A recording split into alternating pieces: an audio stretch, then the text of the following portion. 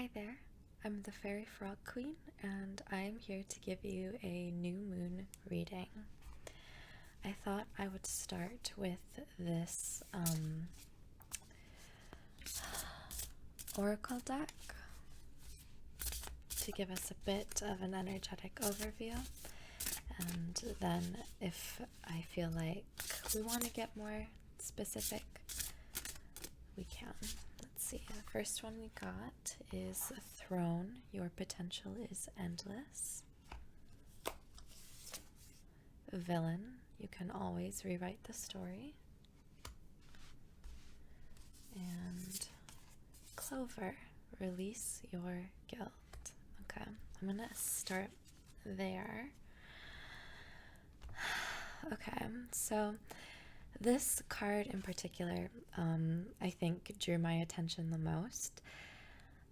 This is specifically when it comes to releasing family, generational, and even ancestral trauma.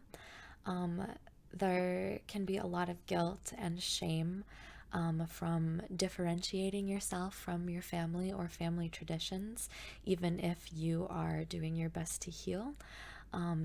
Sometimes you may have to completely separate yourself from certain family members, or not, but if any sort of separation like that or boundaries had to be set, then I think guilt is a very understandable emotion to be feeling. Let's see. Clover is obviously the plant here. It's spring right now when I'm filming this, and lots of little sprouts are coming up, so it might be worthwhile to spend some time in the grass and dirt with all the new flowers. I've got lots of violets and dandelions I see all over the lawns where I live. I don't think clovers are sprouting quite yet, but once they do, I believe you can actually make a lemonade out of wild clovers, and I mean like the little 3-leaf sour grass clovers. I don't have the recipe offhand though, so you'll have to look that up. Sorry. All right. This villain card, you can always rewrite the story. I actually feel like you may very much relate to the Little Mermaid tale, or honestly fairy tales in general. You might kind of see yourself as the daughter or the heroine of the story who is sort of faced with these really unfair circumstances and has to fight or outwit her way through some deep trouble. I'm thinking of Vasilisa and the Baba Yaga or Baba Yaga. That story, she I won't go too full into the detail, but basically, her wicked stepmother sends her into the Siberian forest in the middle of winter to go get some light, and she wanders until she comes upon this house with chicken legs, and the fences all have human skulls lit by green acrid fire, and she seeks shelter there with the Baba Yaga, who is a crone archetype, a very morally gray figure in folklore and mythology, who basically puts her up to 3 impossible tasks, or otherwise she's going to eat her, because the Baba Yaga eats children. But the girl, with the help of I think it's her doll that her birth mother gave her. It's like her mother's blessing, basically. Completes these tasks, and the Baba Yaga gives her fire in her lantern to bring back to her home. And so when she does actually return, the wicked stepmother is like, "What? You're still alive?" And I can't remember exactly how it ends, but basically, the stepmother leaves or maybe dies. I don't know. Anyway, looking into some folklore might be good for you. And I'm going to move on. Throne, your potential is endless. And I'm actually going to read the booklet entry for this one. It's the last card of the series, number 45. It's one of the witch cards. Throne, your potential is endless. At the risk of sounding cliche, you can do anything you put your mind to. You are a mighty queen who is complex enough to be both gentle and valiant, just and magnificent, or any combination you should ever long for. The reason they tell you that you cannot have it all is because they are afraid you will become even more dangerous than you already are. So I think it's very... both of these cards, we have water here and fire here, and then you sitting on your throne with fire and water represented as well. So you may be feeling, honestly, yourself being pulled in two separate emotions. You might even struggle with bipolar disorder or another mood disorder similarly. And I think it's very interesting that there's destruction outlined in both these cards here, where she's smashing the shell, and there's fire here. So a lot of releasing energy, which makes a ton of sense for the new moon. We also had a partial solar eclipse this past new moon in Taurus, and I had absolutely zero energy. I don't know about you, but I felt completely wiped on the floor and just super anxious. So that's part of the reason why this video is coming out so late. I hope you'll pardon me there. Okay. But I think the potential here is that you are able to balance these such conflicting energies and emotions, because both of them are parts of your truth. Even if you have to let go of certain parts of both in order to sort of integrate them on a more, or like equalize them, stabilize them. When I was first prescribed medication for my particular mood disorder, the person prescribing it to me described it as so you have your really, really low lows and your really, really high highs. So when you switch, it's like a huge deal and very hard to handle. And so what the medicine is supposed to do is sort of decrease that spectrum so you're more at a neutral wavelength, if that makes any sense. And I think this is sort of probably what you've been wanting to get to, although you might be sort of indulging in each opposite, because I do know that really diving into that watery, sensual, sort of mysterious, deep flow can be quite indulgent, as well as that very sparky, high energy, destructive fire side of yourself. So you might have been a bit indulgent there. And I do like how there's 3 different thrones here, maybe 4, like fire side, water side, and then integrated self in the middle, maybe. Just a thought. I'm going to clear these and go ahead and pull out the tarot deck. I am hoping to visit my storage unit out of state to get some of my other decks in my collection. I've been working with a very limited palette, I guess, since I started my tarot YouTube journey. But I've done a lot of work with this deck. It's the Shadowscapes deck, and it's an old faithful. This is the deck I learned reversals on, and so with this deck I usually get a lot of reversals because it has sort of almost passcode meanings to me, because it's sort of a lot of the imagery I pulled when I was first learning how to read reversals was using this deck. But why don't we do a full new moon tarot spread, which someone a little bit more prepared than me would have had out already, but that's not who I am. So there we go. Moon phases and new moon. I'll have this off screen so I can see it. Okay. I'm pulling 10 cards here. Let's begin. The first is emotional health with the Tower in reverse.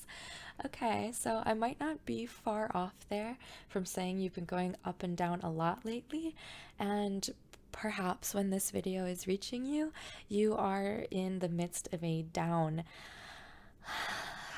spike, I guess, and I am sorry to hear that. It could also represent disaster averted when the Tower comes out in reverse, and if that is the case, then kudos to you. Wish that were me. 2 is physical health with the Hierophant. Wow, okay, 2 major arcanas right off the bat. The Hierophant is a Taurus card. It's the earth element, and it is all about traditions and dogma and discipline, as well as, no, I said traditions already. So you might actually be on quite a bit of a disciplined schedule for yourself, or structure for how you're taking care of your body and physical health. I'm feeling mostly positive. I hope you're not judging yourself too hard, but structure, especially when it comes to physical health, something that may be more or less challenging if you don't have structure given to you by someone else,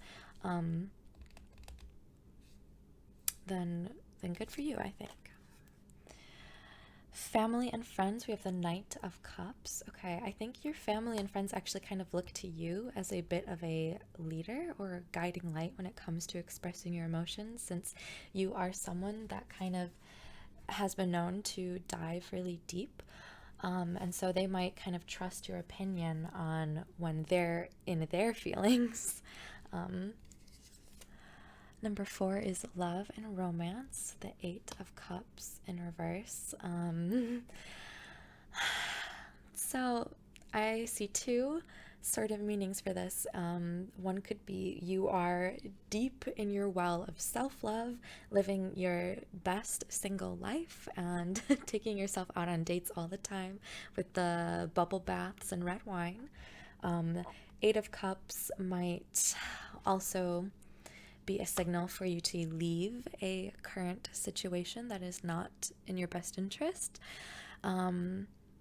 It could also mean you have recently maybe reached out to an ex or a past lover or friend that you might consider a bit of a relapse in terms of what's in your mind like good for your health. And for home / environment, we have the 10 of Wands. So a bit of a burden here. Maybe you you might live alone and might be feeling the burden of living alone and doing all the chores yourself, paying all the bills yourself. You might be getting on your feet and starting to be independent, maybe for the first time, or more so than you were before, and you might be feeling like that sort of like, you can kind of see she's got this whole little city on her back. You might be kind of feeling like that, a little bent over with the weight of it. Number 6 is career. 5 of Swords. So a bit of anxiety and conflict when it comes to your career. Maybe you're not quite sure what you want to be doing. I think a lot of this emotional health issue probably comes directly from your job or what you've been trying to do with your career. I know in past readings a lot of stuff has been brought up about going off the rails a little bit of what you maybe had planned for yourself. And if you are very good at structuring certain areas of your life, for example, physical fitness or health, it might be a little bit frustrating for you to not have that kind of structure in other areas of your life. Finance. Ooh, the world. Okay. I love seeing green cards whenever we talk about money. The element of earth and the color of luck and wealth, green and gold here. I really love the art for this world card. The world card it doesn't get pulled very often for me, but when it does, it's the very last card of the major arcana, number 21. And being the last card, it does mean an ending. To have it upright indicates a satisfactory ending with closure and perhaps catharsis. So part of being independent might be sort of the end of particular spending habits, or perhaps budgets that no longer are actually accurate to your income or expenses. So it might be time to go over those or trash them and start over, kind of kicking into your fire instinct over here.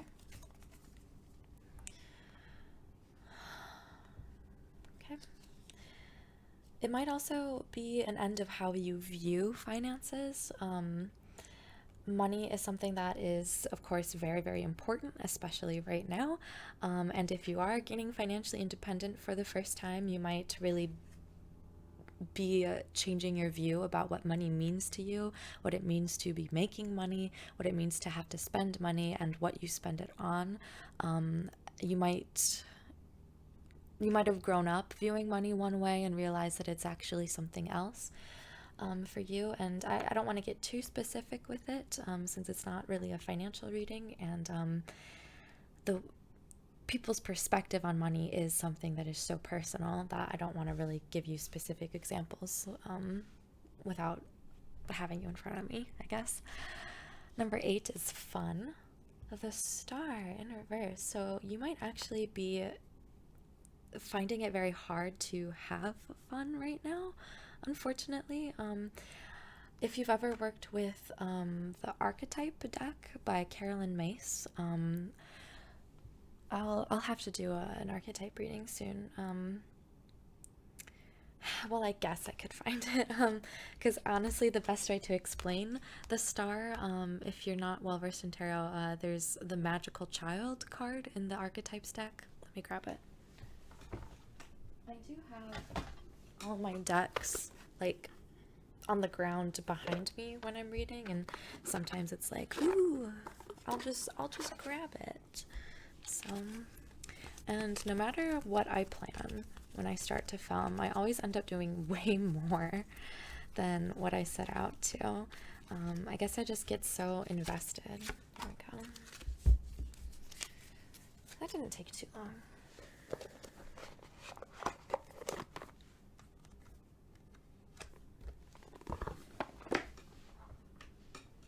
Okay.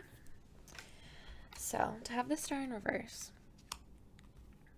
I did immediately think of this card, so that's why I pulled it out and I'm going to read it.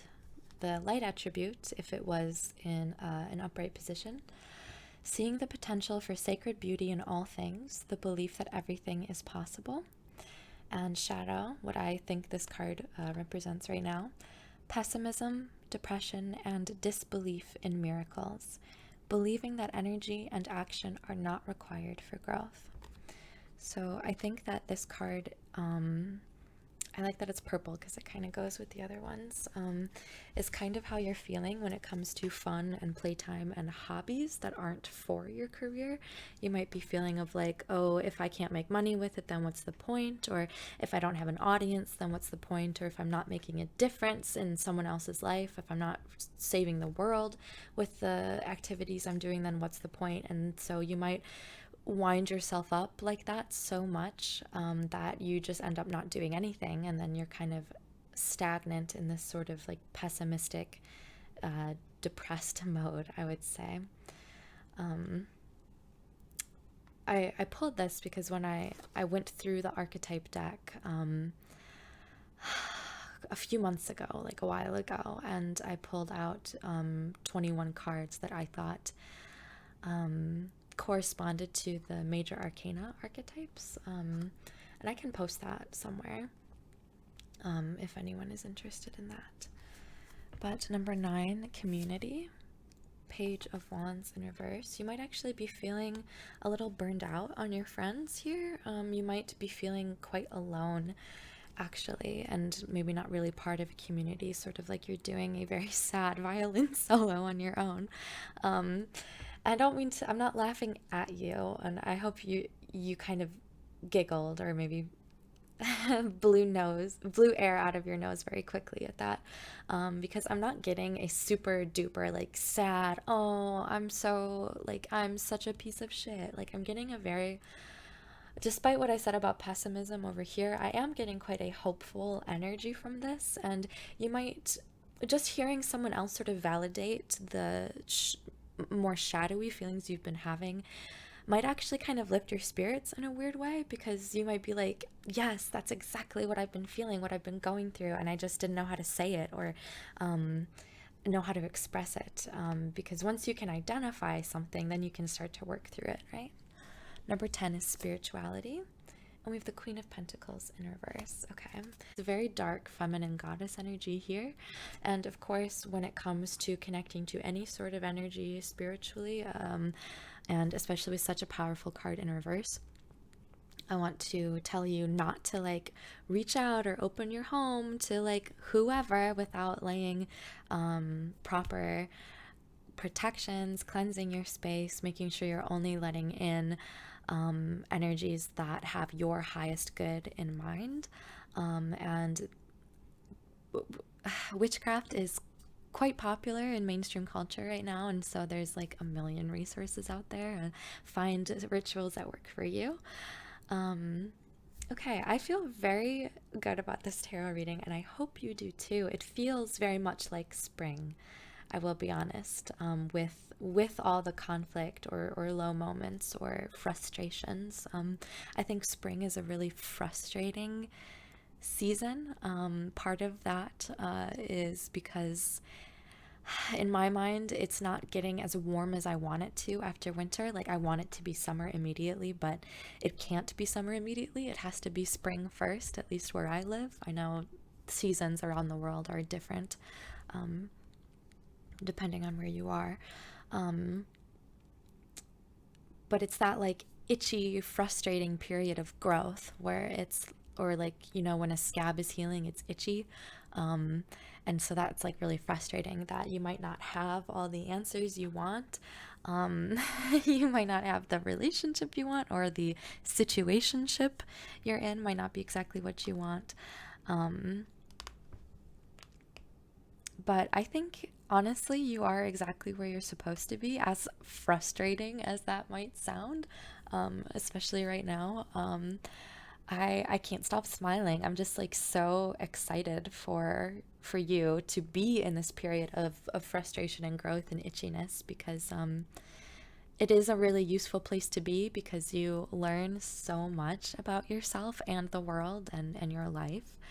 And I don't think it's necessarily like a bunch of bad shit is going on or is going to happen to you. I'm not getting any sort of like ominous foreboding messages. I'm getting very, very hopeful messages that you're going to keep growing, and you're going to keep sprouting and blooming, and you're going to be able to harvest really bountiful fruit, to continue the metaphor. I think that is actually where I'm going to leave you for this new moon reading. I hope you enjoyed it, and if you did, please let me know in the comments below or by giving this video a thumbs up. If you'd like to see more of this content, you can go ahead and subscribe to my YouTube channel, and you can find me on, I'm not on a lot of social media. I am on Instagram, and oh, it's embarrassing to say, but I am on Tumblr as Fairy Frog Queen. But all my socials are linked below. And if you have any questions or ideas or desires for future readings, I would love to hear about them. But thank you so much for watching. Bye.